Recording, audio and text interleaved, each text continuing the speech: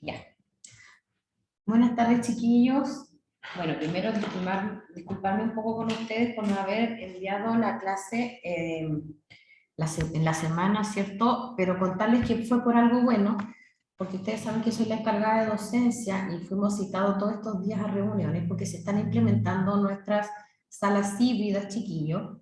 Por lo tanto, dentro de algún tiempo podríamos empezar a hacer estas clases compartidas, ¿cierto? Con la mitad de alumnos, ¿cierto? Presenciales y otros que podían mirar y estar presentes, ¿cierto? Dentro de la grabación, ¿cierto? Que va a haber dentro de nuestras salas híbridas. Así que contenta, cansada, chiquillos, pero contenta porque eso quiere decir que en un tiempo más, ¿cierto? Van a poder estar presentes en estas clases y además también existe un mecanismo donde vamos a poder grabar esa instancia, así que van a poder tener la presencialidad, la clase híbrida y además la grabación.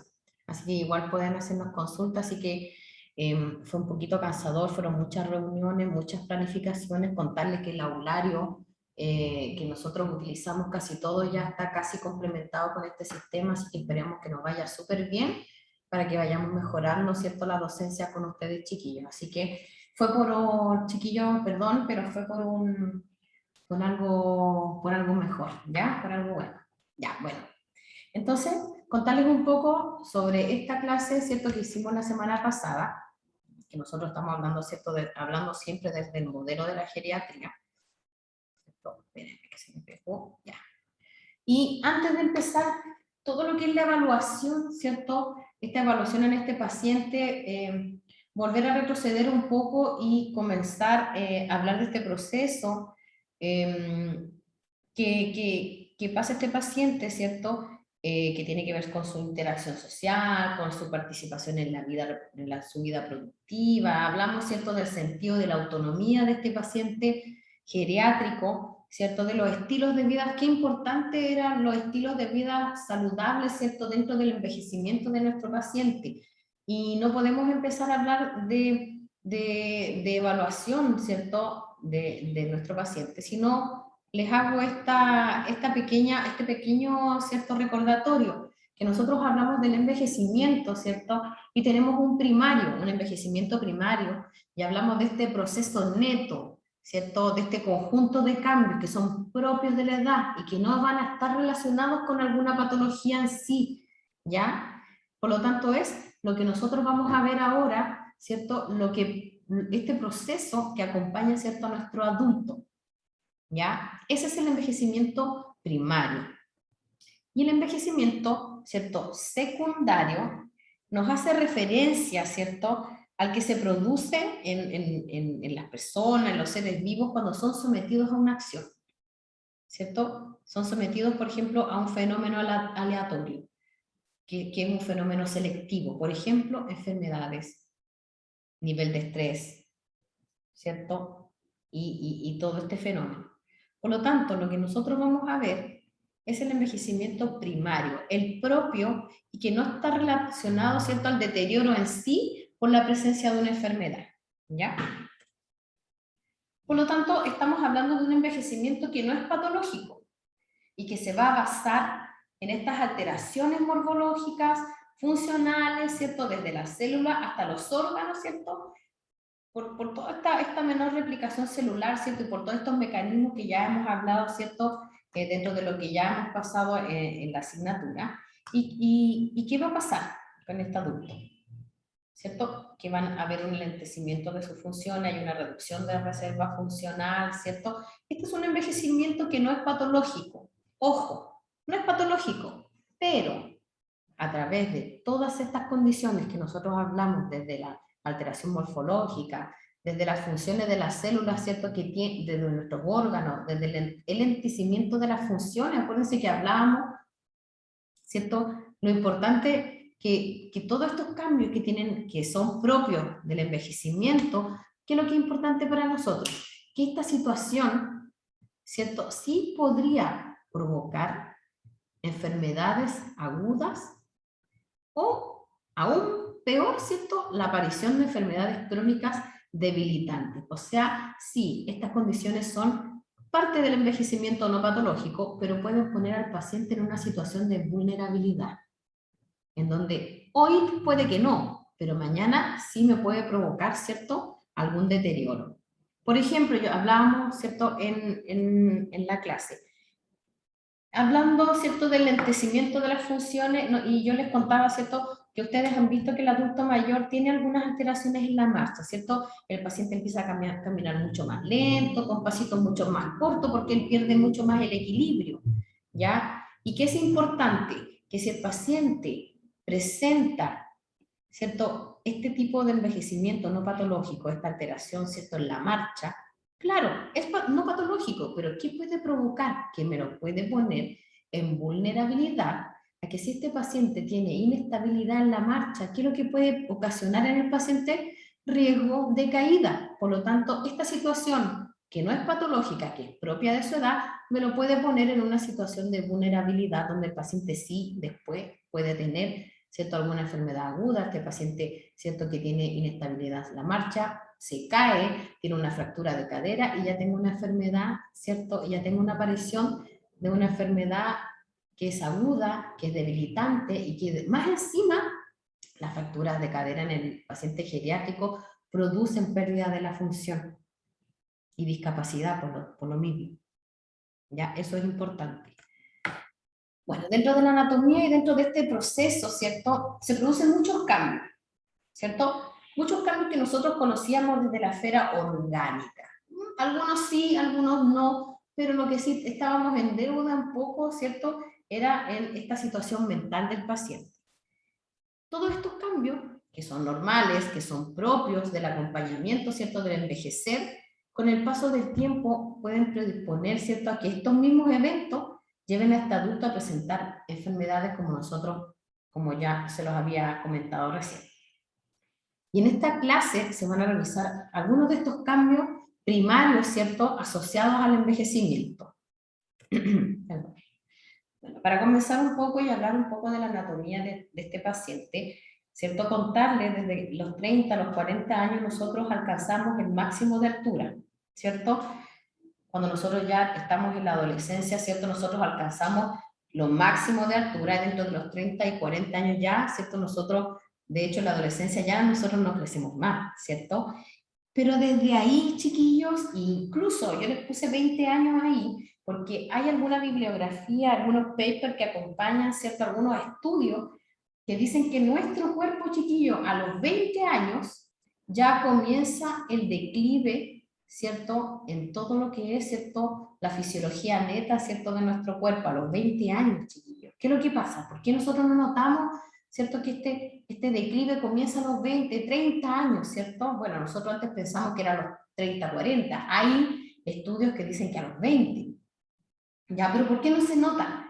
Porque para nosotros la edad es un factor protector, o sea, la edad de 20, 28 años, ¿cierto? Esa edad se comporta como un factor protector, o sea, no se nota, ¿cierto?, el declive. ¿Cuándo se empieza a notar?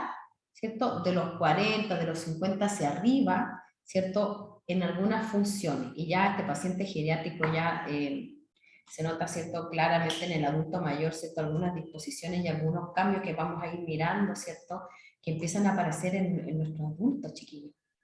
Nosotros disminuimos 1,25 milímetros por año, chiquillos, ¿cierto?, siendo el porcentaje más alto en mujeres. Se dice, ¿cierto?, que podrían alcanzar 5 centímetros menos en la estatura a los 80 años aproximadamente, ¿ya? Entonces, cuando el adulto les dice, pareciera que yo voy envejeciendo, señorita, y parece que yo me estuviera achicando.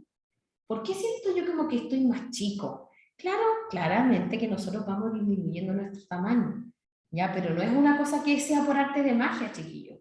Aquí hay cambios posturales que se acompañan en la anatomía, ¿cierto?, de nuestro adulto, y que hace, ¿cierto?, que nos vamos disminuyendo estos centímetros, estos milímetros, ¿cierto?, que yo les estaba comentando. ¿Por qué? Porque hay una mayor flexión de cadera acompañado con una flexión de rodilla. Y además, si le sumamos a los cambios posturales, tenemos disminución de la altura de los cuerpos vertebrales. Además, estas alteraciones de los discos, ¿cierto?, intervertebrales, todavía estoy hablando, ¿cierto?, de trastornos normales, chiquillos, ¿ya? Y Cuando vamos envejeciendo, esto yo no lo sabía, lo supe ahora cuando hice el diplomado en geriatría y el profesor nos contaba que con el tiempo, niños, ya les he dicho mucho chiquillo, ya sé mucho esa palabra, cuando nosotros vamos envejeciendo se nos va aplanando el arco de los pies. Por eso, si nosotros ponemos, ¿cierto? Y visualizamos los cambios posturales, las flexiones, ¿cierto? De rodilla, de cadera, disminución de altura de las vértebras, alteración de los discos y aplanamiento del arco, claramente, ¿cierto? Ahí está la explicación que ustedes le tienen que decir a su paciente, ¿cierto? Del por qué está disminuyendo y que eso no tiene nada que ver, ¿cierto? Con alguna enfermedad o alguna patología. Bueno, cuando seguimos hablando de la anatomía, hablamos del peso, y nuestro peso alcanza el máximo de peso, ¿cierto?, a los 50 años, y luego comienza a disminuir. Chiquillos, esto es un aproximado, ¿ya? Recuerden que no hay una norma que nosotros podamos decir que donde nuestro paciente va a entrar perfectamente y nos va a calzar. O sea, pueden haber pacientes que no, ¿cierto?, estén contenidos de esto dentro de lo que yo les estoy contando y que claramente tiene mucho que ver con los cambios de hábitos, ¿cierto?, en nuestra población cada vez están siendo mucho más desmejorados, ¿cierto? Ya, en vez de salir del sobrepeso, estamos entrando en la obesidad, ¿ya? Pero esto pasa en el cuerpo, ¿cierto?, de este adulto que va envejeciendo, que este paciente a los 50 años, ¿cierto?, alcanza su peso máximo y luego comienza a disminuir de peso, ¿ya? El compartimento del tejido graso sufre un aumento del 15 al 30% entre los 40 y los 55 años, ¿ya? Para luego disminuir en un 20%. Y eso es lo que pasa, ¿cierto?, en respecto, ¿cierto?, a los compartimentos. Para hablar de la piel y de los fanerios, ¿cierto?, pensando en la piel como el órgano más grande, ¿cierto?, de nuestro cuerpo, y además es una ventana de cambios cronológicos, chiquillos, y la evidencia es visible el envejecimiento en las personas. Por lo tanto, la piel es una ventana de cambios cronológicos, donde nosotros vamos a ver dos tipos grandes de cambios. Los cambios que son intrínsecos, y esto hablado totalmente desde la dermatología, chiquillos, los cambios que son intrínsecos o cronológicos, y los que nosotros ahora nos hemos adaptado en estos últimos tiempos, que son las últimas investigaciones que han englobado, ¿cierto?, y han reseccionado, ¿cierto?, este tipo de categorización del envejecimiento cronológico, porque además nosotros vamos a ver este tipo de cambios que son extrínsecos y que van a estar definidos por el fotoenvejecimiento. Claramente nosotros nos vamos a dedicar, ¿cierto?, a los cambios cronológicos que son, ¿cierto?, propios, que acompañan a nuestro adulto. Primero, en el cambio de la piel, y eso lo hemos visto todos en nuestros adultos, ¿cierto? La piel, por su extensión, es el órgano más susceptible de recibir daño ambiental. Por lo tanto, a través de los años, y en especial, chiquillos, por la acción de la luz. O sea, cuando nosotros fuimos jóvenes nos encantaba el bronceado con la polerita blanca porque se nos veía súper topísimo, chiquillos. A los 50, 60 años, ¿cierto? Ahí, lamentablemente, donde nosotros vemos el envejecimiento, ¿cierto? De este tipo, ¿cierto? Que estábamos hablando del fotoenvejecimiento. Y las manchas también, el sol mancha mucho la cara. Ya. Con el tiempo, la piel, ¿cierto?, de nuestros pacientes se hace más delgada, se hace más seca, más transparente y se vuelve menos elástica. Y se producen, ¿cierto?, estos surcos, ¿cierto?, que nosotros llamamos arrugas, ¿cierto?, esta piel arrugada y de tinte amarillo. Ya no sé si ustedes se han dado cuenta, algunos pacientes tienen un leve tinte, ¿cierto?, chiquillo amarillo. ¿Ya? ¿Y por qué pasa eso? Porque el paciente se empieza a poner de ese color. Ya no quiere decir que tenga alguna enfermedad, ya este leve tinte amarillo y que no esté asociado claramente a ninguna otra sintomatología de chiquillo, porque si yo observo, ¿cierto?, otra sintomatología y pienso que no sé, que el paciente no tiene nada y ¿cierto?, y puede ser que sí tenga alguna enfermedad. Ya, por lo tanto, nosotros nos acompañamos con la clínica del paciente, pero por eso también existen, ¿cierto?, la valoración y además los hallazgos a través de los exámenes, ¿cierto?, que yo pudiera tomar al paciente. ¿Ya? Pero hablando dentro de la normalidad, ¿cierto? Este tinte amarillo sucede ya que la dermis pierde parte de este contenido, ya hablando de colágeno, ¿cierto? Y se producen estas arruguitas, ¿ya? Pero la pérdida de elastina y aumento del glicosaminoglicanos es una pseudoelastina. Esta reparación se hace a través de una pseudoelastina y esta es la que le da el color amarillo a la piel. ¿Se dan cuenta que todos los hallazgos que nosotros podamos mirar dentro de un envejecimiento no patológico, todo tiene una respuesta, todo tiene una razón? Bueno, y con la edad, además se pierden capas de dermis. La piel se atrofia, como ya hablamos, ¿cierto? Y se producen estos surcos que son más gruesos y se marcan en estas expresiones faciales, sobre todo en los lugares, ¿cierto?, donde nosotros tenemos las expresiones faciales, que es lo que más movilizamos, ¿cierto?, dentro de nuestras expresiones, y se marcan estos surcos gruesos, ¿cierto?, por esta atrofia que sucede, ¿cierto?, por la piel del paciente.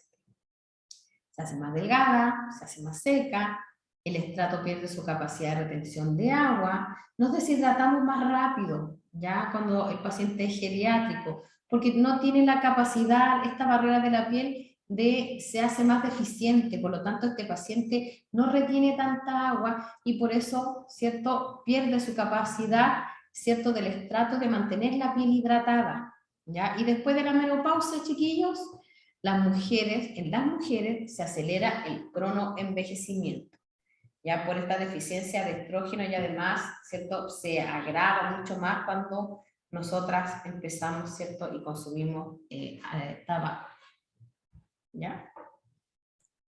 Voy a tratar de acordarme algunas preguntas que me hicieron ustedes. Lo que pasa es que ustedes preguntan súper poco en las clases, pero me voy a tratar de acordar algunas cosas que yo pudiera explicarles más a fondo, ¿cierto?, ahora dentro de la grabación. Y bueno, dentro de las pieles y los fanerios, otra cosa importante que vemos mucho en los adultos, ¿cierto?, es este tipo de uñas que acompañan al adulto, ya que son las uñas en el paciente geriátrico, reducen su velocidad de crecimiento, pero aumentan el grosor y se vuelven opacas, duras, por este aumento, ¿cierto?, de la queratina, llegando a presentar esta uñita que está aquí, ¿cierto?, en la figura que ustedes están viendo, que es la onicogrifosis, ya que es esta uña que aumenta su grosor y que se vuelve opaca, muy difícil de recortar, perdón, muy difícil de recortar. Ya generalmente el cuidador del paciente refiere mucho que le cuesta cortar y de hecho, me voy a tomar agua porque me dio la tos. El cuidador del paciente les comenta mucho, ¿cierto?, la dificultad que tiene para hacer el corte de uñas de este paciente y bueno, yo he tenido bastante ingresos, muchos ingresos, por tratar de cortar esta uña y al final pasa a lesionar, ¿cierto?, el dedo del paciente y al final el paciente termina entrando, ¿cierto?, a la sala de procedimiento por una lesión y además la uña, ya lo que se hace, ¿cierto?, se realiza con este tipo de uñas es dar una, ¿cierto?, con la podóloga, ya para hacer un rebaje de la uñita, porque esta uñita, ¿cierto?, es muy, muy dura, ya que ustedes como ven ahí, aumenta demasiado su grosor. Ya hay otras técnicas, ¿cierto?, desde la podología para poder ir rebajando estas uñitas. Ya, ¿cómo se notan? Y que son duras, este paciente acusa dolor, ¿cierto?, en el ortejo que maneje, ¿cierto?, este tipo de uñitas. ¿Por qué? Porque es como que ellos anduvieran con una piedra, chiquillo, como si uno pisara estuviera, ¿cierto?, rozando con una piedra, porque esta uña es tan dura que provoca, ¿cierto?, que le pincha el dedito al paciente. Así que eso es importante y si el paciente se queja de la uña es porque de verdad les duele, chiquillo. Ya. El contenido. El tejido conectivo además disminuye su contenido de colágeno. Hay una pérdida del soporte por los traumatismos y puede provocar estas rupturas de vaso, estas extravasaciones. O sea, el paciente que, por ejemplo, como ustedes son, ¿cierto?, más pequeños, nosotros nos caemos y tenemos soporte. Ya tenemos este soporte elástico, tenemos esta musculatura que nos da resistencia a un trauma. este paciente ya pierde este soporte elástico, piensen que pierde masa muscular, ¿cierto? Y este paciente cuando yo lo observo, generalmente es un paciente muy, ¿cierto?, enflaquecido y no tiene este soporte, por lo tanto, los traumas para el paciente geriátrico son mucho más importantes, ¿cierto?, que para un adulto, incluso para nosotros, ¿ya? Este paciente puede, chiquillos, este paciente puede estar sentado, como yo les contaba a los chiquillos, puede estar este paciente sentado en una silla, caerse de lado y quebrársela, tener una fractura de cadera solamente por irse para el lado y pegarse, ¿cierto? Porque su cuerpo ya no tiene el soporte, ¿cierto? Para resistir, ¿cierto?, este tipo de trauma. Por eso es importante, y nosotros trabajamos mucho con los riesgos de caída en el adulto, ya que los traumas, ¿cierto?, que pueden tener este paciente provocan mucho más daño y además las consecuencias a largo plazo son súper importantes en el adulto porque eh, ellos cicatrizan mucho más lento, ellos se rehabilitan mucho más lento, entonces es un proceso mucho más largo en el adulto. Por lo tanto, antes de preocuparme de rehabilitar y de cuidar, ¿cierto?, una lesión, es mucho mejor trabajar en una marcha inestable en un adulto que yo veo que ya tiene una marcha inestable, que este adulto ya presenta todas las condiciones, ¿cierto?, de este cronoenvejecimiento, y nosotros ya estamos trabajando desde la prevención, ¿cierto? Trabajando desde la prevención para que no ocurra, ¿cierto?, tal suceso. Eso. Bueno, y a los 90 años, el 70% de nuestros adultos presenta el llamado púrpura senil. Y en ese momento una alumna así me dijo, profe, y quiero que el púrpura senil, yo le dije, súper bien, esto es el púrpura senil. Ya, el púrpura senil se produce por este aumento de esta fragilidad capilar que tienen todos los pacientes adultos chiquillos. Ay, me carga, ya he dicho chiquillo como 100 veces, ya, perdón. Este púrpura senil aparece por esta fragilidad, perdón, capilar, que está asociada también a esta atrofia de tejidos. ¿Ya? Es una condición común y benigna. Eso es otra cosa importante. ¿Qué es propio de este paciente? Sí, es propio de este paciente. ¿Que es por fragilidad capilar? Exacto, es por fragilidad capilar. Pero estas manchitas que ustedes están viendo ahí, ¿cierto?, que es el púrpura, y es el púrpura senil, porque hay otras condiciones que son unas lesiones muy parecidas, chiquillos, pero no son por la edad, ya son por otras patologías. Pero el púrpura senil es el que nosotros vamos a encontrar en nuestro paciente geriátrico, ya que es esta condición común, es benigna, que generalmente nosotros la encontramos, ¿cierto?, en las extremidades, ¿cierto?, y se caracteriza por esta aparición de equimosis, ¿cierto? Son estas manchitas, ¿cierto?, color púrpura, medias rosadas, en algunos pacientes son un poco más oscuras, ¿cierto? En algunos pacientes se queda muy poco tiempo, se absorbe un poco más rápido, en otros pacientes lo acompaña un poco más de tiempo, eso va a depender, ¿cierto?, de nuestro paciente.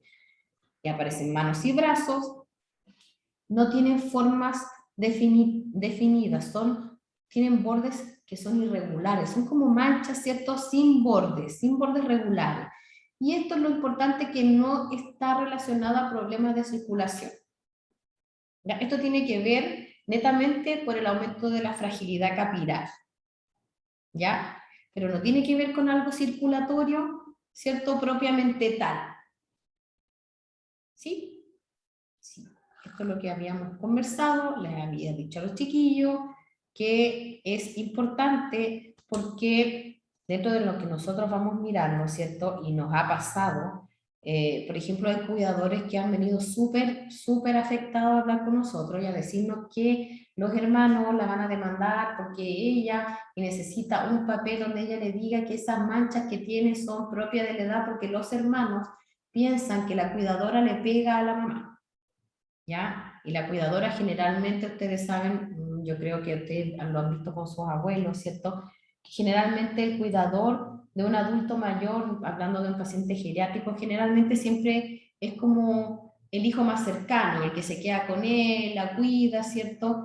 Y los demás son los hijos, ¿cierto?, que pueden apoyarla de alguna u otra manera, ¿ya? Ustedes se van a dar cuenta que a veces como enfermeros nos toca hacer de todo un poco y nos ha pasado que nosotros estamos en medio de a veces reuniones familiares donde se están decidiendo cosas con el adulto y nos piden que nosotros participemos. Y lo más importante, y ustedes van a ver ahí que los hijos sí pelean mucho, lo más importante en este momento, cuando yo tengo un adulto que necesita de mis cuidados, lo que yo le digo a los hijos siempre, yo no necesito que ustedes en este momento peleen, yo necesito que ustedes se apoyen, sean una familia y se distribuyan por favor las actividades, porque el cuidador se va a cansar mucho con un adulto en la casa. Ya el adulto, el paciente geriátrico demanda mucho cuidado. Entonces, ¿cómo lo van a hacer? Ya, usted puede ir el miércoles, usted viene y nosotros podemos apoyar en eso a la familia a que trabajen en conjunto, ¿cierto? Y no le carguemos tanto la mano, ¿cierto? Al cuidador del adulto, porque si no vamos a tener que ver al adulto y después vamos a tener que hacer alguna red con el cuidador que también se me puede enfermar, ¿ya? Eso es lo más importante, explicarle, y me ha tocado explicar a hijos que vienen súper furiosos, y lo digo, lo que tiene su mamá en las manos no es que alguien le pegue. Lo que pasa es que eso se llama púrpura senil y es una condición que es propia del envejecimiento. Pero es que es un moretón. Claro, es una quimosis, se ve como una mancha, ¿cierto? Pero esta condición está dada por esto. Ahora, si es que, claro, yo veo que este púrpura, ¿cierto? No está en brazo, hay condiciones, ¿cierto? Donde yo podría pensar que este adulto está siendo vulnerado, ¿cierto? Chiquillo, es mejor siempre hacer de más que de menos, ¿cierto? Hacemos una visita domiciliaria, hacemos una notificación y vemos cómo este adulto, ¿cierto?, está viviendo. Nosotros desde la atención primaria podemos hacer eso, ¿cierto?, tomar una ficha, el móvil, y podemos ir con la carpeta familiar a ver, hacerle la carpeta familiar o a visitar al adulto y ahí no levantaría ninguna sospecha. Y ahí nosotros podemos ver, y nosotros hemos visto muchas condiciones donde tristemente el adulto es el dueño de la casa, vive atrás en un patio hacinado, solo, en un piso de tierra, en donde, chiquillo, una vez nosotros vimos con la Kine, casi salimos llorando de ahí, las condiciones en las que el adulto vivía eran terribles. Tenía como un frasco de pintura así como de esos grandes, donde él de la mañana hasta la noche orinaba y hacía toda su necesidad fisiológica, y la hija le sacaba eso en la noche. Tenía una cama que de verdad queda mucho de qué desear. Cuando nosotros llegamos había un plato ahí, no, de verdad las condiciones que vivía el adulto eran de mucha vulneración, y toda la familia que vivía ahí, primos, nietos, de todo, vivían todos con la pensión del caballero, era el dueño de casa y estaba atrás, en un patio, en una pieza chorguán, donde habían el techo chiquillo, se filtraba entero. Yo no sé cómo ese caballero en esas condiciones podía vivir bien. Así que ahí se desplegaron un montón de acciones que hicimos, una red bien gigante que tuvimos que abrir para apoyar a ese caballero, porque más encima él vivía feliz porque estaba con su familia, no lo iban ni a ver nunca atrás. De hecho, cuando salimos del móvil, una vecina de al frente salió y nos contó otras cosas terribles que no se podían observar, ¿cierto?, dentro de una visita. Pero eso es importante, cuando nosotros veamos cosas y tengamos la duda, es siempre hacer más, a tomar alguna acción, chiquillos, que quedarse y pensar que no pasa nada. Porque mejor, si yo llego al domicilio y realmente veo que el paciente, ¿cierto?, vive bien y está en buenas condiciones, súper bien, pero si yo puedo ir a pesquisar, lo hago igual. Y esa es una condición que también nosotros lo podemos ver en el ámbito hospitalario, también y nosotros lamentablemente se nota mucho cuando un paciente adulto, ¿cierto?, está vulnerado, y ahí nosotros también tenemos asistentes. ¿Ya? Eso es importante que ustedes sepan, siempre hacer algo, nunca dejar de hacer. Bueno, y hablando, ¿cierto?, de la piel, hablamos de esta condición que es la cerosis. Cerosis también se produce en otras enfermedades, pero yo estoy hablando de la cerosis senil, la que acompaña al adulto, la que acompaña a este paciente en esta piel por esta poca hidratación. Ya, cero significa seco y osis significa trastorno o enfermedad. Por lo tanto, la cerosis senil es esta piel seca, ¿ya? ¿Por qué? Porque cuando ustedes pongan en un examen físico, no me pongan piel seca, pónganme cerosis en mí, ¿ya? Y es esta piel seca, esta piel que es escamosa, tal y como está en la figura. Y yo creo que no encontré una más visible, porque se ve mucho en los adultos, sobre todo en las extremidades inferiores, ¿cierto? Se ve mucho esta piel escamosa, áspera, que es tirante y además provoca, ¿cierto?, este picor en el paciente, que es este plúrito. Ya este picor nosotros le llamamos el plúrito, que esto afecta a el 50% de la población de adultos, ¿cierto?, mayores de 60, que se puede dar por otras condiciones, sí. Por ejemplo, el paciente diabético se caracteriza por tener esta cerosis, pero eso está condicionado a una patología, pero yo estoy hablando de la cerosis por esta disminución de la autorregulación de esta función, ¿cierto?, que tiene la piel entre la capacidad de esta capa de córnea, ¿cierto?, para retener esta agua. Por lo tanto, aquí hay un problema de hidratación. ¿Sí? ¿Qué provoca?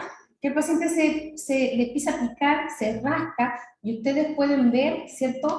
Incluso que esta piel escamosa, que es similar, es muy áspera, y que se parece a esta piel flocular, sí, es esta piel flocular, que se aparece cuando uno se exfolia estas escamas, ¿cierto? Y hay, pues, no sé si han visto alguna vez que alguien, ¿cierto?, se frote una zona con cerosis, y sale esta piel flocular que es como un polvo fino que se empieza a desprender de la piel de los pacientes, y eso lo podemos ver en pacientes que son geriátricos y que claramente tienen esta piel muy seca, ¿cierto? Y gracias a este tipo de cerosis, estos trastornos, ¿cierto?, de que la piel se pone áspera, escamosa, ¿cierto?, y que provoca este prurito, nosotros evidenciamos en el adulto mayor, sobre todo, que son muy comunes, ¿cierto?, las dermatosis. Ya por todo este trastorno, ¿cierto?, que hay sobre la piel del paciente, es muy común las dermatosis en el paciente. Bueno, y ahí vamos a hablar un poco del manejo, ¿ya? Porque es súper importante, yo le digo a los alumnos, es súper importante que sepamos una cosa, que sepamos por qué, pero yo creo que es tan importante el decirle al paciente qué puede hacer para que no suceda. Y yo creo que eso es el manejo que tenemos desde la enfermería. Cerosis, súper bien, piel seca, ¿cierto? Pero ¿cuál es la base? ¿Cuál es el manejo principal de la cerosis? ¿Cierto? ¿Qué es lo que queremos y lo que necesitamos para restablecer? Es, ¿cierto?, restaurar el contenido de humedad. ¿Ya? Esta piel seca, es por este déficit, ¿cierto?, de urea o factores, ¿cierto?, hidratantes naturales. Incluso, chiquillos, hay lípidos en la barrera cutánea, y todo esto tiene que ver, ¿cierto?, con el manejo, cómo está cuidando, ¿cierto?, la piel del paciente. Vamos a comentar, hay veces que este paciente sufre de cerosis, tiene esta piel seca, se rasca mucho las piernas porque le pica, ¿cierto?, y, por ejemplo, ¿qué ha pasado? Que nosotros vemos estas dermatosis, ¿y qué ha pasado? Que, por ejemplo, la cuidadora le echa colonia, es que se dejó rojo, entonces para que no se le infecte ya le hacen frotaciones con colonia, y es esta colonia que usan, que, bueno, tiene alto contenido de alcohol, entonces si se hacen abrasiones y ustedes le echan esta colonia, lo que se provocó, ¿cierto?, es que el enrojecimiento subiera, se le hizo, ¿cierto?, una zona de enrojecimiento, y al final la lesión que no había se provocó por el mal cuidado, pero no es el mal cuidado, chiquillos, porque el paciente, porque el cuidador quiera hacerle un trastorno, ¿cierto?, a su adulto, es porque a veces hay mucho desconocimiento, ¿ya? Por lo tanto, ¿qué vamos a trabajar con el cuidador de nuestro adulto? Vamos a preguntarle cuáles son los hábitos de limpieza. Súper importante, y que le vamos a recomendar usar un limpiador de piel suave, ¿ya? Por ejemplo, y desde el diplomado que hicimos, el profe que nos hablaba de todo esto, nos contaba que hay mucha investigación acerca de productos, ¿cierto?, de piel suave, que habla que una tiene urea, que otra tiene esto otro, que aplicarse crema para cuidar los lípidos emolientes, que rellenan, ¿cierto?, los intersticios, mucha investigación. Hay unas cosas, incluso hay unos jabones que se hacen a base de unos productos nuevos que se han hecho, pero que son muy caros, y que claramente nuestros pacientes no lo van a tener, pensando en que esta hidratación tiene que ser como barrera protectora, ¿cierto?, por toda la piel. Entonces no le vamos a pedir una crema cara que se le va a acabar en 2 días, porque este paciente claramente tenemos que restablecer la barrera, ¿cierto?, aportando humedad, ¿ya? Entonces él nos contaba que según las investigaciones, para la piel del adulto y para las pieles, ¿cierto?, que son sensibles, lo mejor es usar estos geles de jabones, y ojalá con, ¿cierto?, lo menos cantidad, ¿cierto?, ay, ¿cómo lo puedo decir? Que sean geles, ¿cómo se los puedo explicar para que después no vayan a tomarlos por otro lado? Que sean lo más naturales posible. Justo, la palabra justa que quería decir, ya que sea lo más natural posible. ¿Por qué? Porque en otras investigaciones se hablaba del uso del jabón en barra, ¿cierto? Y yo no sé, ahí yo lo dije en la clase y ahí se reyeron varios. No sé si se han bañado con estos jabones en barra, ¿cierto? Ustedes se bañan y después salen de la ducha así, como súper tieso, porque quita un montón la hidratación de la piel. Y hay algunos adultos antiguos que usan esos jabones, y me da risa cuando íbamos mostrados, usaban esos jabones lesanciesos antiguos, y que les gusta ese jabón porque les deja la cara tirante. Entonces, mientras más tirante la piel, está más limpia, y no es eso, sino que este jabón lo que quitó fue la hidratación, no se trata de limpieza o no, ¿ya? Entonces, en ello, ojalá, si se pudiera que fuera un jabón, ¿cierto?, lo más natural posible, sin tantos emolientes, y que sea un jabón en gel, ¿ya? Lo otro es que en este paciente vamos a preguntar cómo se baña, cómo se baña. ¿Por qué? Porque deben producirse baños cortos con agua tibia, agua tibia, perdón, no caliente. ¿Por qué? Porque el agua caliente potencia el efecto deshidratante. Yo no tenía idea, y nos reíamos bastante con los niños en clase, porque creo que cuando uno está estresado, ¿cierto?, y uno dice, ay, lo único que necesito es una ducha con agua caliente, y uno se mete abajo. Por lo menos yo me baño con el agua hirviendo, me encanta el agua muy caliente, y uno creía que era lo máximo para la piel, y yo me quedo allá abajo y un montón de rato, y al final lo que estamos haciendo es deshidratar la piel, ¿ya? Por lo tanto, los baños deben ser cortos, con agua tibia y no agua caliente, porque estamos deshidratando nuestra piel. La piel se vuelve permeable, ¿cierto? Por el agua, por el vapor de agua, la piel se vuelve permeable, ¿cierto? Y lo que hace es perder agua, ¿ya? Por lo tanto, potenciamos el efecto deshidratante. Ya, ay, hija, lo estaba haciendo súper mal, es que yo estaba metiendo el viejo en la tina con el agua hirviendo, y yo lo refriego para sacarle esas escamas que tienen las piernas, acerosis. Ya, pero lo estamos potenciando el efecto deshidratante. O sea, no estamos, ¿cierto?, haciendo lo correcto, pero era por desconocimiento.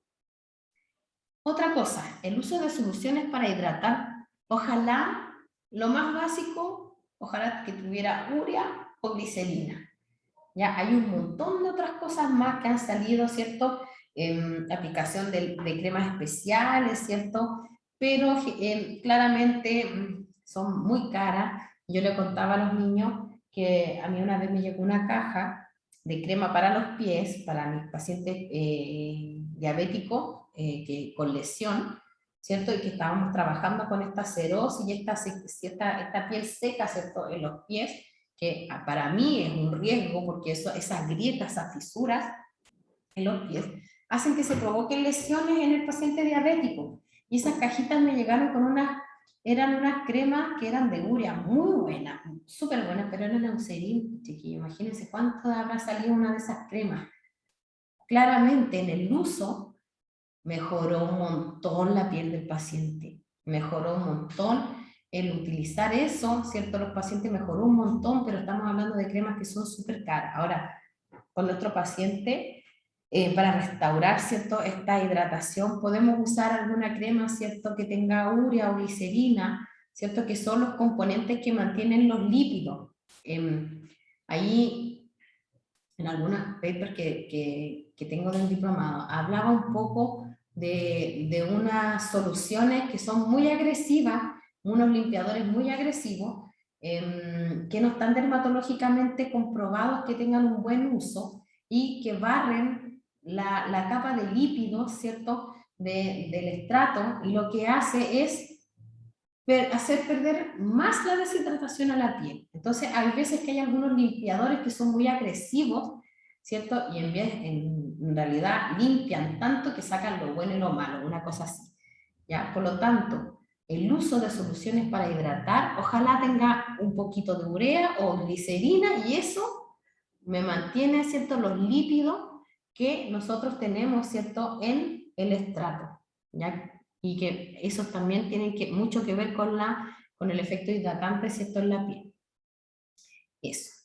Y para contarles como un dato anecdótico que yo cuando lo vi, también me pareció súper sorprendente, que en cada ducha nosotros perdemos el 15% de la hidratación de nuestro cuerpo, por esto que les decía yo, ¿cierto?, por evaporación, la piel se hace permeable, y en vez de atrapar agua, cuando nos damos duchas muy grandes, lo que hacemos por permeabilidad es perder agua.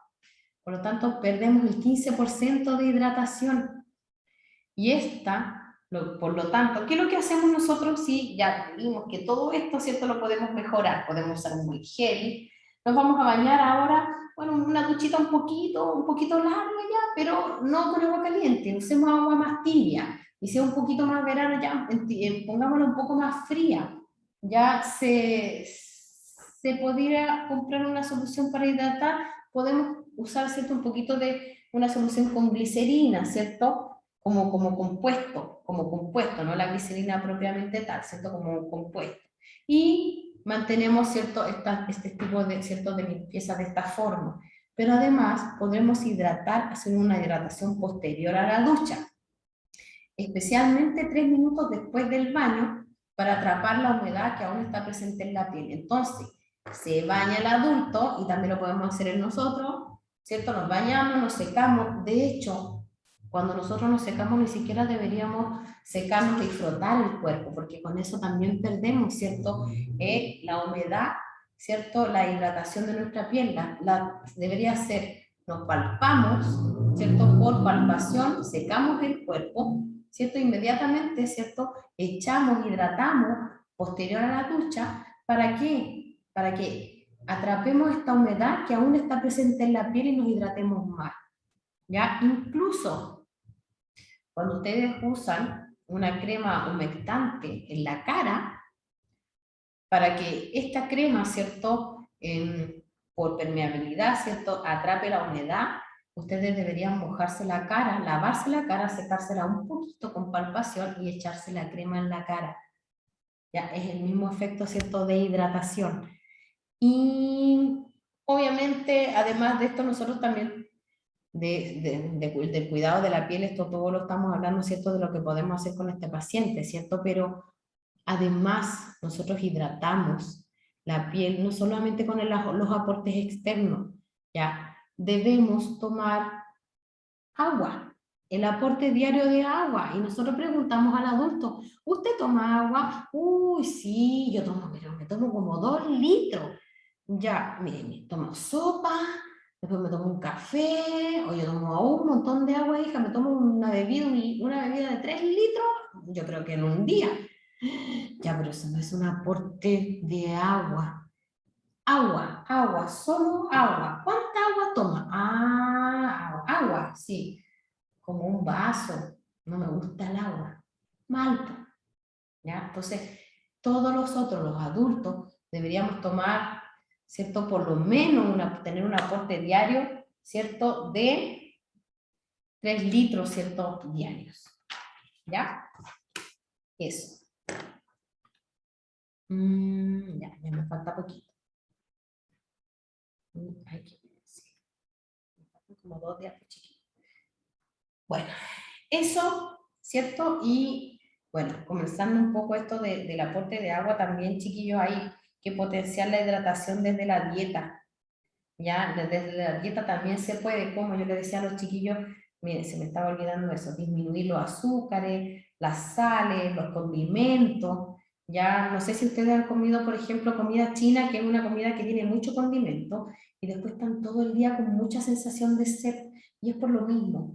Ya, por lo tanto, de la dieta, potenciarlos todo, ¿cierto?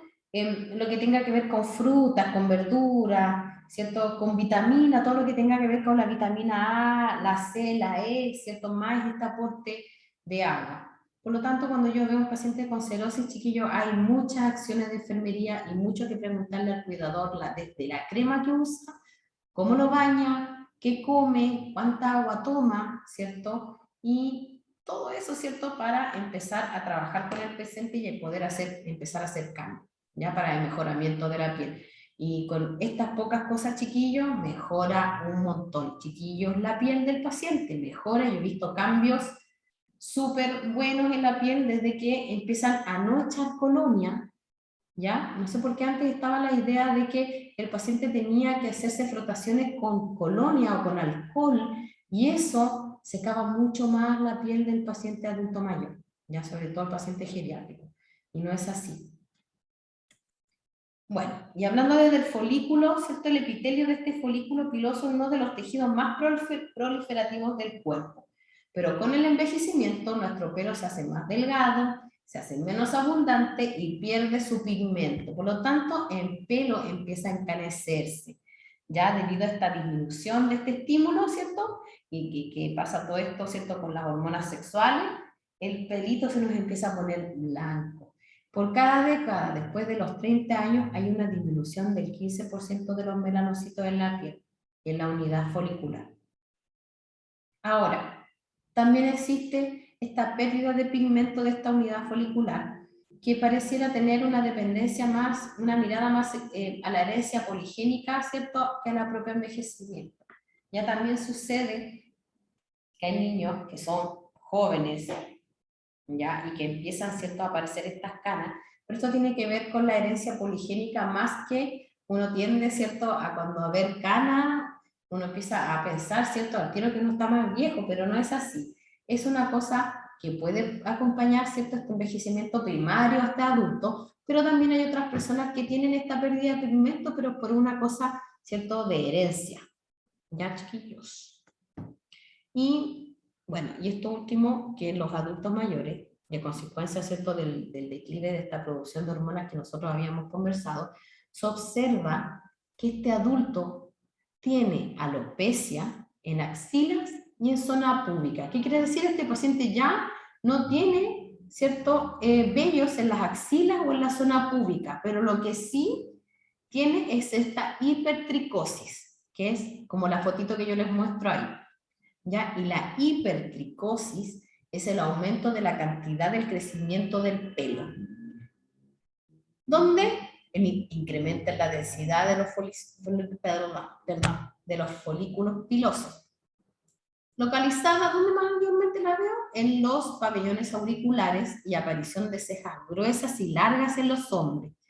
Y lamentablemente tengo que informarles, chiquillas, que en las mujeres esta hipertricosis se presenta en la zona de la barba y del bigote.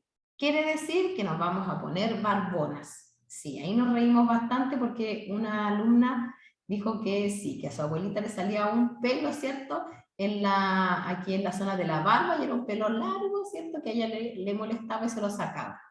Y nos reímos mucho porque sí, lo hemos visto, y lo hemos visto no solamente con un vello, ¿cierto?, en la barba, sino que sí hay presencia de barba, y en la zona del bigote de las mujeres, ¿cierto?, aparece esta hipertricosis que a las pacientes no les hace mucha gracia esta aparición. ¿Cómo lo resolvemos? Bueno, la única forma de resolver esta hipertricosis, tanto en hombres como en mujeres, es recórtelo, córtelo, depílelo, porque no es algo, ¿cierto?, que sea patológico o algo que se le pueda hacer un tratamiento. Es así, este cambio es así, y lo que puede hacer, ¿cierto?, es, le digo yo, cortarlo. ¿ya? Porque es propio de la edad, porque no hay un tratamiento, a eso me refiero. Y eso es todo, chiquillos. Hasta aquí está la clase y nos vemos el miércoles. Un abrazo a todos. Cuídense, por favor, chiquillos. No dejen de cuidarse. Un abrazo a todos y cuídense harto.